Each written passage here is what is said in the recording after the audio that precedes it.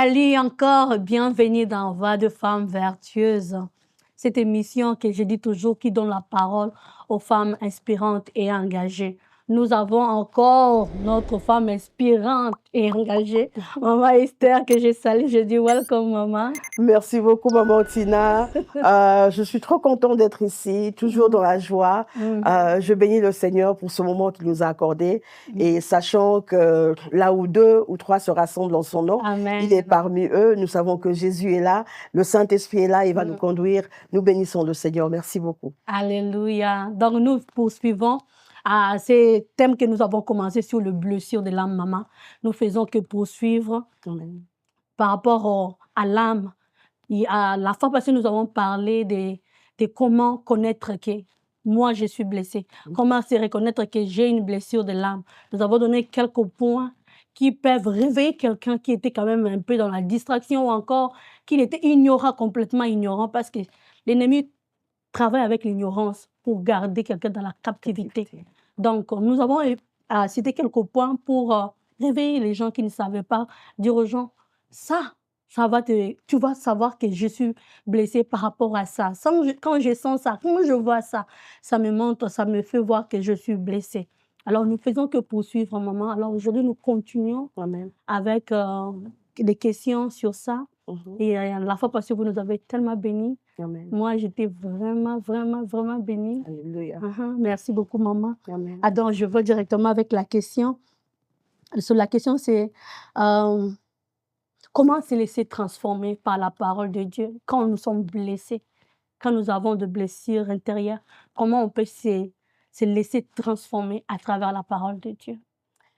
La fois dernière, j'avais dit ce verset qui dit approchez-vous donc auprès du trône de grâce, et dans Hébreu, approchez-vous donc auprès du trône de grâce, et c'est de là que tu seras, sa miséricorde va te secourir. Il va te secourir. Amen. Dieu va te secourir. C'est-à-dire, quand on a des problèmes, des situations compliquées, les choses compliquées, c'est là où on ramène tout au pied de Jésus.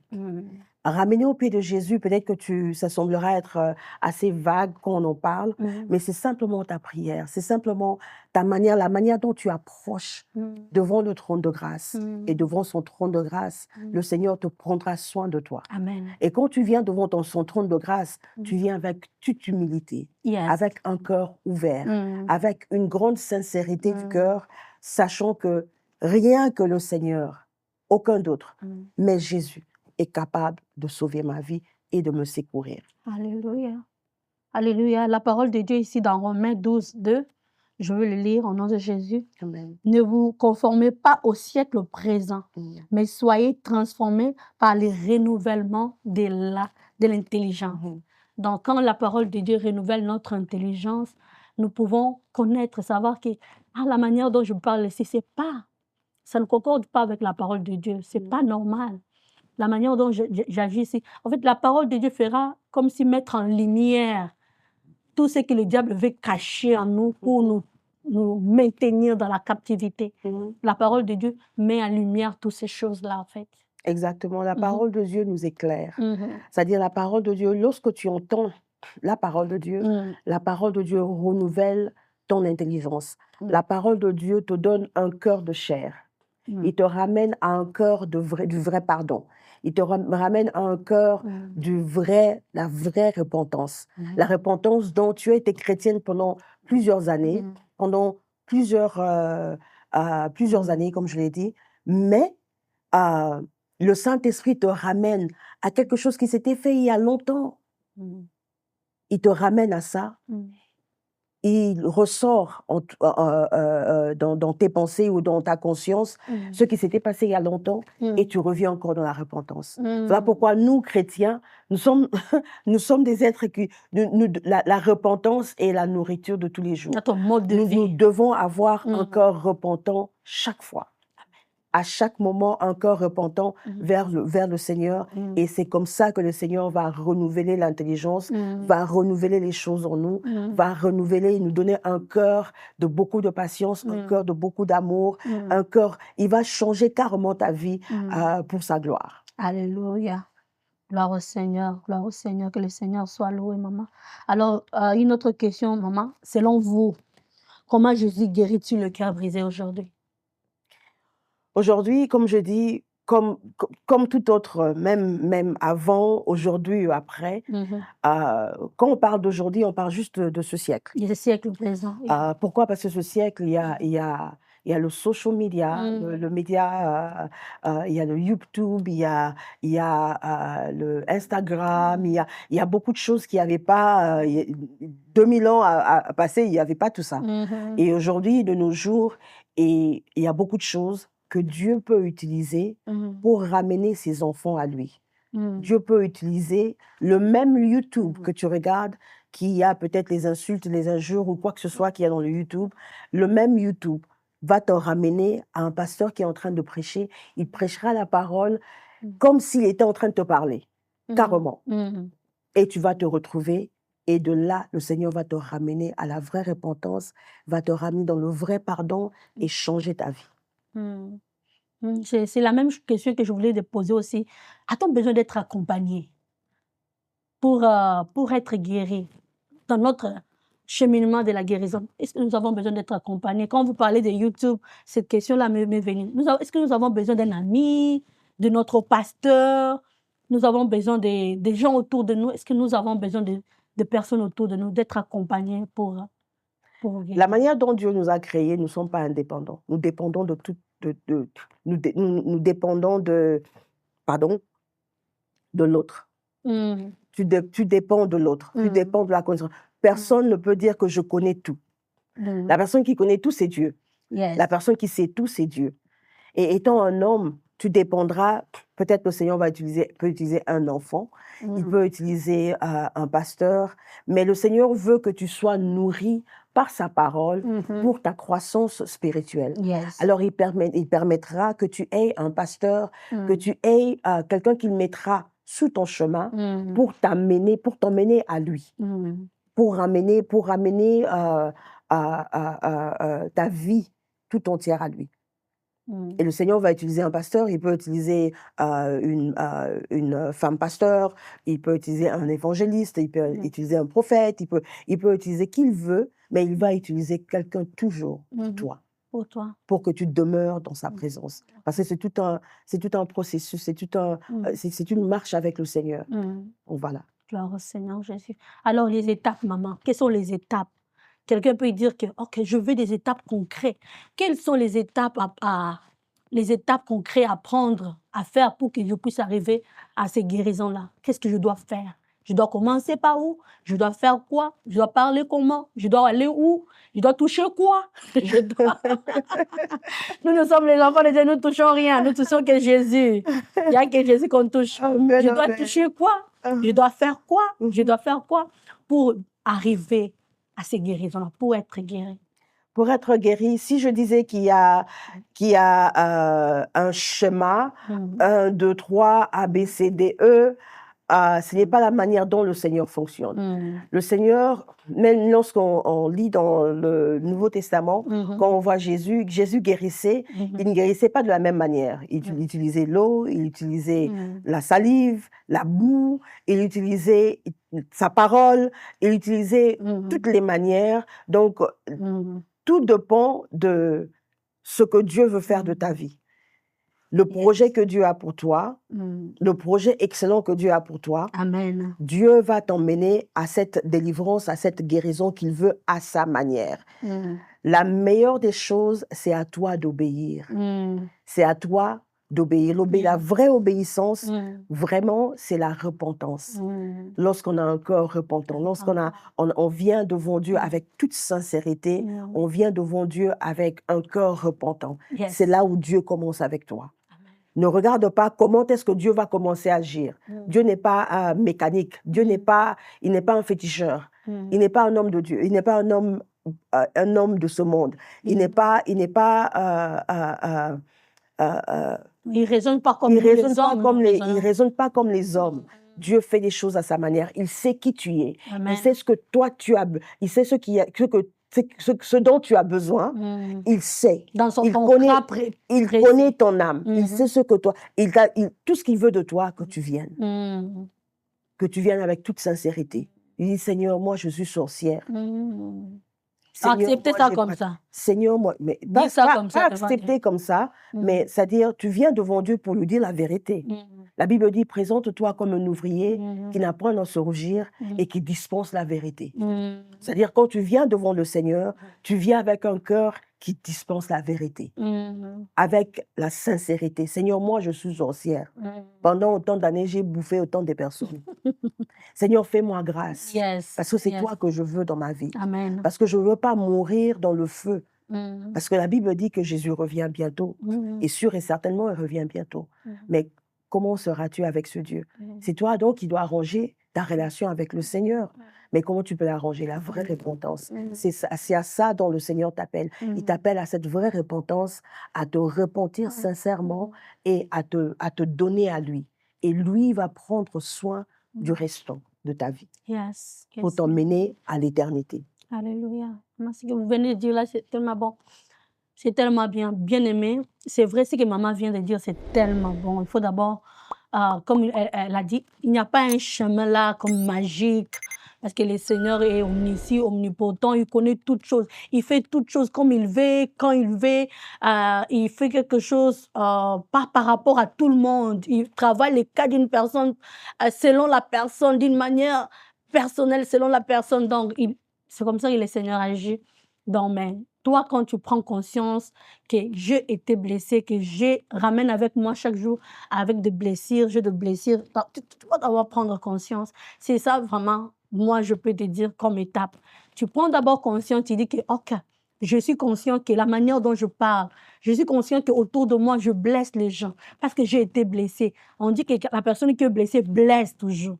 Je prends conscience que ce qui s'est passé dans le passé là, est en train de détruire ma vie d'aujourd'hui. Quand tu prends conscience de ça, alors tu acceptes ça. Tu acceptes. Tu dis que oui, dans la prière, comme on le venait de dire, tu vas devant Dieu, tu acceptes que oui, j'accepte que j'ai de mauvaises paroles, que je parle mal. J'accepte que moi, quand je me mets à tromper les gens, je trompe comme jamais. J'accepte que moi, je fais du mal aux gens, je blesse les gens. Quand tu acceptes, tu comprends également l'impact des choses que tu fais dans la vie des autres. Tu dois comprendre ça. Parce que tant que tu ne connais pas que ce que je fais dans la vie des autres est en train de détruire la vie des autres, tu n'auras pas la force de changer. En fait. Tu dois comprendre que la manière dont je suis invivable à ma femme, je suis invivable à mon mari. La manière dont je traite mon mari, j'insulte mon mari. Non, non, non, non, non, non. Je fais du mal à mon mari. Je suis une femme invivable. Quand tu comprends ça, alors tu commences à travailler activement. Quand nous disons activement, c'est que toi-même, le Saint-Esprit travaille toujours avec l'homme. Amen. Il ne viendra pas te forcer. Quand tu prends conscience, toi-même, tu commences à travailler activement. OK, lorsque je rouvre ma bouche pour parler, mes mots se suivent, blessent les gens. Alors, quels sont les garde-fous que je peux faire pour ne plus blesser les gens? OK, je me décide alors, quand je suis avec les gens, de me taire. Je me tais. Alors, je me tais beaucoup. Je me donne la discipline de me taire beaucoup. Alors, quand je me tais là, en attendant, je prie et je demande à Dieu de soigner mon langage. Avant de commencer à beaucoup parler ou encore de parler, de reprendre à parler, je prends le soin de me taire d'abord. J'ai un problème de parler, je blesse, je me tais d'abord. Seigneur, guéris-moi, guéris mes paroles. C'est en priant là, les Seigneurs, ce sont les processus qui vont t'amener au fait pour t'amener à la guérison. Vraiment, c'est ce que je peux dire à nos bien-aimés qui nous suivent. Alors, il y a une autre aussi question qui est là. C'est par rapport aux signes, maman. Quels sont les signes? Quels sont les signes qui peuvent montrer que cette personne est guérie complètement de toutes ces blessures qu'il a portées dans le passé? Le signe, ce que je dirais, c'est d'abord le pardon facile. OK. Le pardon facile, quand en soi-même, tu sens que tu as une facilité de pardonner, une facilité parce que tu ne verras plus les choses à la manière dont tout autre homme le voit. Yes. Tu verras les choses par rapport à ce que le Saint-Esprit met en toi. Et directement, à ce moment-là, tu as la meilleure des signes, c'est un vrai pardon. Quand tu as une facilité de pardonner, une facilité de voir les choses pas comme les autres. c'est ça un bon signe aussi. Il y a beaucoup de signes, mais parmi ceux, il y a aussi le signe de pardonner facilement. Alors, amen. Une autre question. Comment reconnaître que certaines douleurs du passé dirigent encore nos décisions et nos réactions au quotidien, aujourd'hui? Comment tu peux reconnaître que tout ce que je fais, mes actions, mes mouvements, elles sont dirigées par les blessures que j'ai eues dans le passé? Vous savez, maman, c'est une très bonne question, parce que nous, étant chrétiennes ou chrétiens, la vie de tous les jours doit être une vie, comme les gens, il y a des gens qui disent, bon, être chrétien, c'est une religion pour vous. Non, la vie de chrétienne, c'est la vie de tous les jours. C'est ce que toi, tu vis tous les jours. Et vivre tous les jours, étant chrétien, étant quelqu'un qui est converti, c'est le Saint-Esprit qui te guide. Alors, à chaque fois quand tu pries, l'Esprit de Dieu, parce que c'est lui qui convainc à tout péché. L'Esprit de Dieu va te convaincre à tout péché. Et c'est là que tu auras un cœur repentant. C'est là que tu auras un cœur attaché à Dieu. Pas aux choses de ce monde, mais tu seras attaché à Dieu. Tu vas t'accrocher à Dieu. Et ça sera ta vie de tous les jours. Alléluia. Je ne sais pas si nous avons parlé du pardon, mais est-ce que quelqu'un, en pardonnant, est-ce que le pardon aussi peut amener quelqu'un dans la guérison? On a parlé de ça? C'est ça même tout au début. C'est ça même le début. Le début de la guérison, c'est le pardon. Parce que quand tu ne pardonnes pas, tu es emprisonné. Tu es emprisonné. Mais est-ce que c'est nécessaire de pardonner, maman? C'est nécessaire. Je peux aller chez le pasteur, il prie pour moi. C'est absolument nécessaire de pardonner parce que ça, on parle de ton âme. Le pasteur peut prier, il peut beau prier, mais tant que toi, tu n'ouvres pas ton cœur pour pardonner, ça ne sert à rien. La prière, là, ça ne sert à rien. Tu seras comme bloqué, quoi. Exactement, c'est toi qui dois accepter, c'est toi qui dois venir devant ton Dieu avec sincérité. Seigneur, j'ai pardonné cette personne. Pasteur, prie pour moi que je sois libérée, que je sois guérie. Et comme je l'avais dit, Dieu fonctionne. Il parle et il fonctionne tantôt d'une manière, tantôt d'une autre. Et la manière dont le Seigneur va choisir de te guérir ou de te libérer, c'est en son temps, à sa manière, et son temps, c'est meilleur. Et la manière dont il a choisi de le faire, ça, c'est lui. Mais toi, tout ce qu'il te demande, c'est de venir vers lui. Et quand tu viens vers lui, tu fais le vrai pardon. Tu viens avec un cœur sincère. Sincère devant Dieu, amen. Seigneur. Et c'est de là que Dieu va te guérir, va t'accorder la guérison. Le pardon, le vrai pardon, te ramène à la guérison. Parce que ça va te libérer. Alléluia. Avant de continuer, bien-aimés, je voudrais vous encourager encore. Je sais que vous êtes en train de nous suivre, mais j'aimerais vous encourager d'aimer la vidéo. Partage, donne ça à quelqu'un qui va aussi être béni. Ok, nous allons continuer, maman. Partagez, bien-aimés, et je sais que quelqu'un sera béni au nom de Jésus. Maman, vous dites qu'il faut pardonner. Pardonner, on ne peut pas être guéri si on ne pardonne pas. C'est une réalité, c'est vrai. Mais est-ce que c'est facile? Quelqu'un peut nous suivre là où il dit que mais moi, mon propre père m'a violée quand j'étais encore un enfant. Est-ce qu'on peut pardonner quelque chose comme ça? Quelqu'un peut dire que moi, maman dit parce qu'il ne sait pas en quoi je suis passée.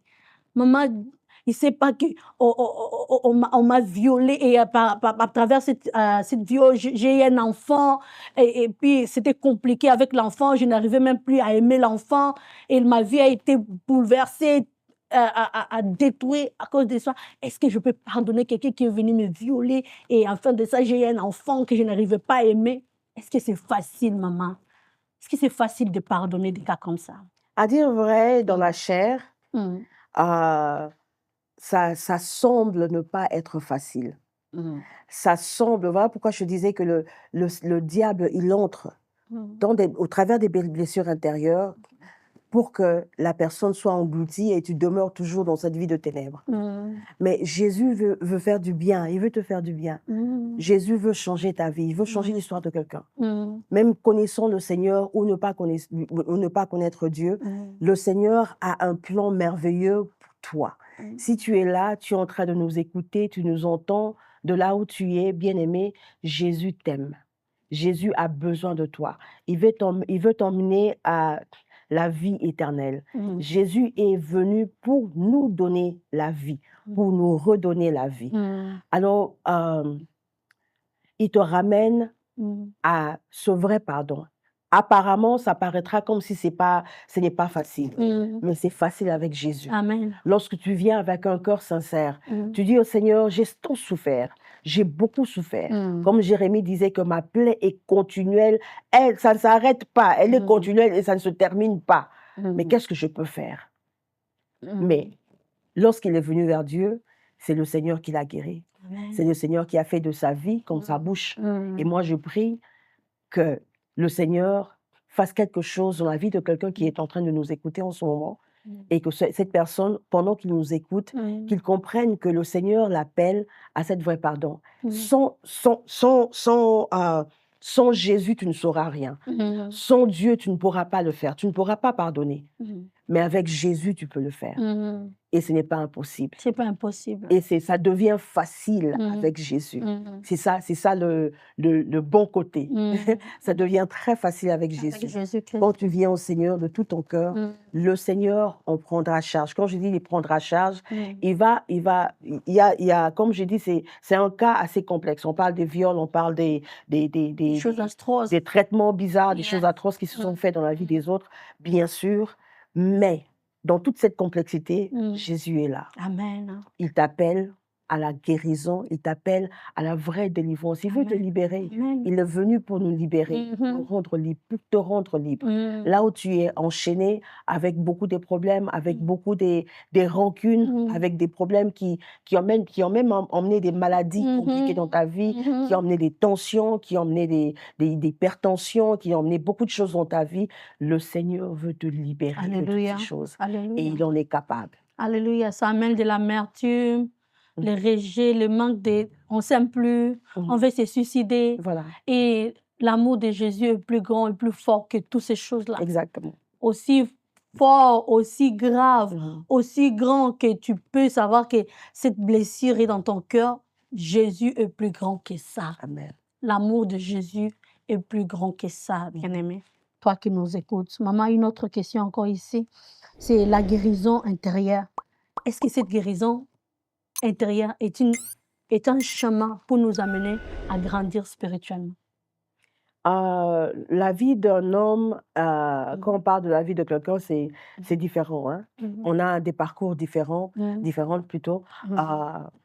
Alors, sachant cela, c'est tout à fait, comment je dirais, c'est tout à fait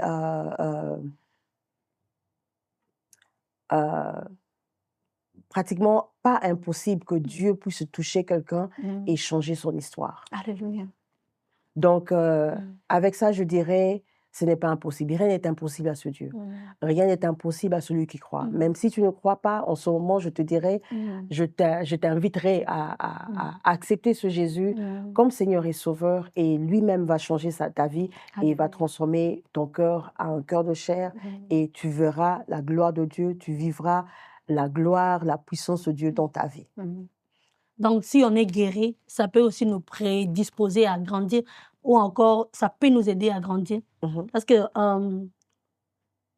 donc, même un pasteur, quelqu'un qui a fait 30 ans dans le ministère, quelqu'un qui est un diaconesque, quelqu'un qui est mûr dans la parole de Dieu, comme on peut dire, qui a demeuré longtemps de l'Église, peut souffrir aussi des blessures intérieures. On peut dire ça, maman. Exact. Est-ce que c'est possible? C'est possible. C'est possible si on ne se rend pas compte. Vous savez, il y a des gens qui ont vécu, grandi, nés dans l'Église.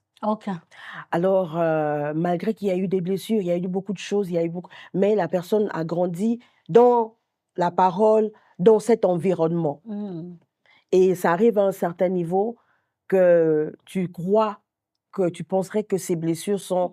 que c'est normal. C'est la vie de tout, c'est la vie de tout chrétien, c'est la vie de tout.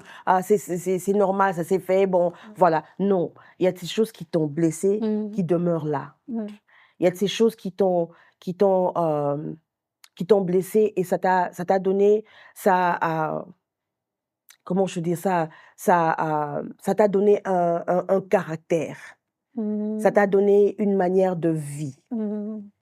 Et sans le savoir, tu continues à marcher dans le Seigneur, mais en quelque sorte, tu deviens voilé dans ce que tu as vécu. Tu ne t'en rends plus compte. Tu ne vois pas que ce sont ces blessures ici qui m'ont rendu ça. Et par là, j'aimerais juste exhorter à quelqu'un que, comme j'avais dit, la vie d'un chrétien, la vie de tous les jours en chrétien, nous sommes de ceux-là qui sont appelés à la vraie repentance, Amen. qui sont appelés à demeurer dans la présence de Dieu. La Bible parle de Jérémie. Quand Jérémie, Dieu lui avait dit que toi, tu restes dans ma présence, tu viendras, tu sépareras ce qui est vide de ce qui est précieux et tu deviendras comme ma bouche. C'est-à-dire, notre vie étant chrétienne, nous vivons dans la vraie repentance tous les jours. Et dans la vraie repentance, au travers de la puissance du Saint-Esprit, le Saint-Esprit va te révéler toutes ces choses. Il va te révéler les choses que toi, tu avais peut-être oubliées, les choses qui t'ont été voilées peut-être. Et le Saint-Esprit va en dévoiler, et c'est comme ça que tu vas te repentir et avancer avec le Seigneur. Et de là, ça va t'emmener la guérison. Le titre d'un bishop, ce n'est pas ça qui couvre le vrai pardon. Le titre, ce n'est pas ça qui enlève les blessures. Le titre, les années par lesquelles tu as vécu dans le Seigneur, ça ne détermine pas la guérison de ces blessures. Non. C'est lorsque toi, tu viens de soi-même, de tout ton cœur, tu viens devant le Seigneur et tu demeures dans la présence de Dieu pour demander à Dieu ce vrai pardon dont tu en as besoin et il te guérira. Donc, ça peut t'empêcher aussi à accéder à un autre niveau spirituel que le Seigneur avait pour toi. Parce que ces blessures-là, en fait, t'empêchent d'arriver à un autre niveau de la maturité spirituelle. Parce que, par exemple, quelqu'un qui ne connaît pas par exemple, qu'il faut, bon, je prends un exemple comme ça, terre à terre, il faut pardonner de ces manières ici, parce qu'il y a pardonner et pardonner. Toi, tu peux dire, bon, comme je dis, je te pardonne, c'est fini. Mais dans le cœur, il y en a. Mais quelqu'un qui ne s'est pas encore rendu compte ou qui ne sait pas que mon cœur aussi doit être totalement libéré de ça, ne peut pas, au fait, arriver à un autre niveau. Peut-être que le Seigneur avait un autre niveau pour toi, spirituellement, de la maturité spirituelle. La Bible dit, mais tu te bloques, en fait. Le Seigneur voit le cœur et il compatit. Yes. Le Seigneur compatit avec un cœur brisé. Un cœur contrit. Vous voyez? Alors, le Seigneur voit le cœur. Ce n'est pas l'habillement, ce n'est pas les titres, l'école pastorale qui changera les choses. Non, le Seigneur voit ton cœur.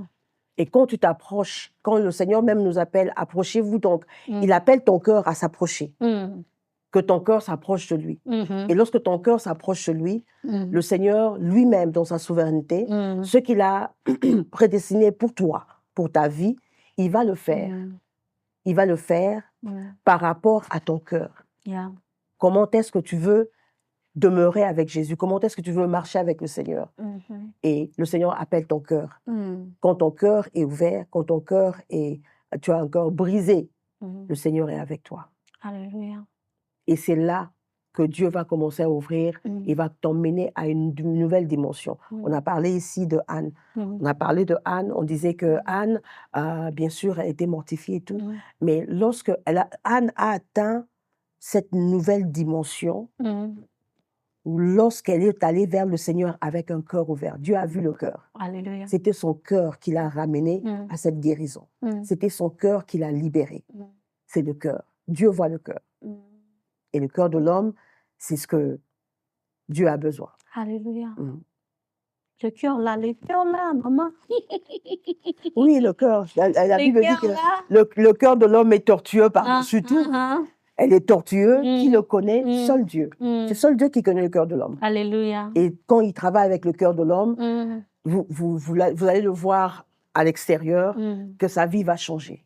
Même sa manière de parler, même sa manière de faire les choses va changer. Alléluia, maman.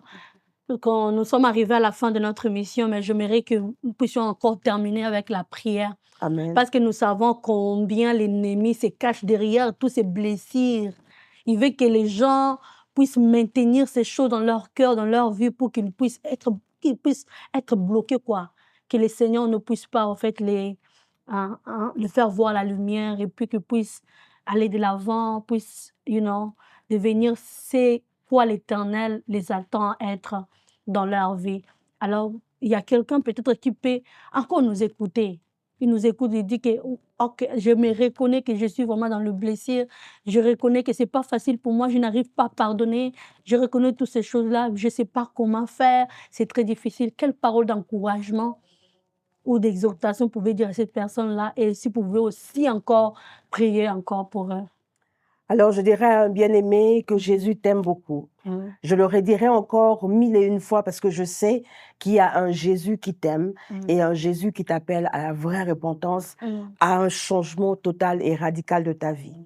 Alors, ma prière, on va prier bien sûr, mais j'aimerais exhorter à quelqu'un, lui dire que Jésus t'aime, quel que soit le fardeau, quel que soit ce que tu vis, quel que soit ce qui pèse pendant plusieurs années dans ta vie, Jésus est capable de te libérer, Jésus est capable de changer ton histoire. Alléluia. Jésus est capable de faire de toi un grand témoignage. Alléluia. Où tu vas parcourir le monde entier, témoigner sa puissance et sa grandeur, et que plusieurs âmes viendront vers ce Dieu. Alléluia. Alors, j'aimerais prier avec vous.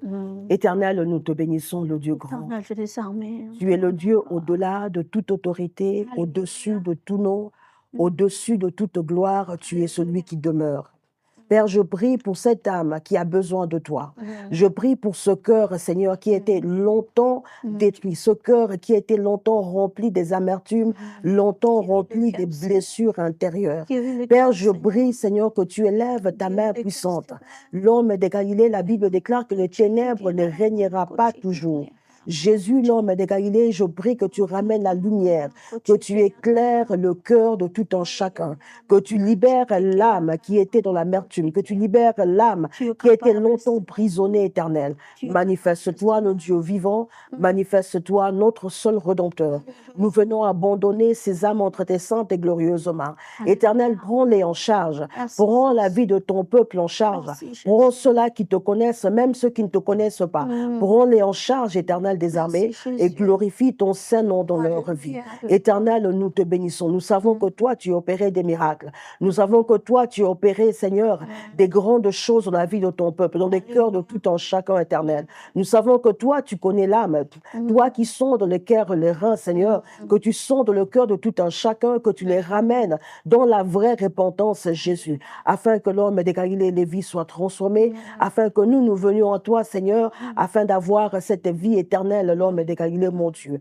Que ton nom soit élevé, que ton nom soit exalté, que ton nom soit magnifié. Nous te couronnons de toute gloire, nous te couronnons de toute magnificence, Jésus, parce que toi, nous savons que toi, tu es avec nous et que tu nous conduis dans toute la vérité, dans le nom puissant et précieux de Jésus. Nous avons ainsi prié, nous disons merci Seigneur Jésus-Christ. Merci Seigneur Jésus-Christ, que le nom du Seigneur soit béni. Amen, amen. Merci beaucoup maman, nous sommes arrivés à la fin de notre mission d'aujourd'hui. Toi qui viens d'arriver, qui vient juste d'arriver, qui nous suit, nous avions parlé des blessures intérieures. Il y a l'autre mission, si tu vois, tu verras que nous avons cité des points qui montrent que cette personne a été blessée ou encore des blessures dans sa vie. Donc, je t'encourage d'aller dans nos émissions précédentes, d'aller revoir encore. Et je crois par la grâce de Dieu que le Seigneur, qui nous a bénis ici, vous bénira aussi certainement. Alors, je bénis Papa Stéphane qui est là derrière la caméra. Que le Seigneur le bénisse pour le bon travail qu'il est en train de faire. Que le Seigneur puisse l'arroser encore, qu'il puisse aller de gloire en gloire. Je vous bénis encore, papa, maman. Encore. Je ne cesserai pas de vous bénir. Donc, encore et encore, encore, encore. Merci pour votre confiance, votre soutien, d'être toujours là lorsque nous avons besoin de vous. Que le Seigneur, I love you so much, maman. So do I. Je ne vais pas le dire devant la caméra, mais je devais quand même le dire. I love you, maman. I love you. I love you too. Que le Seigneur vous bénisse. Donc, on se voit prochainement. Ne ratez pas. À la prochaine. Bye bye.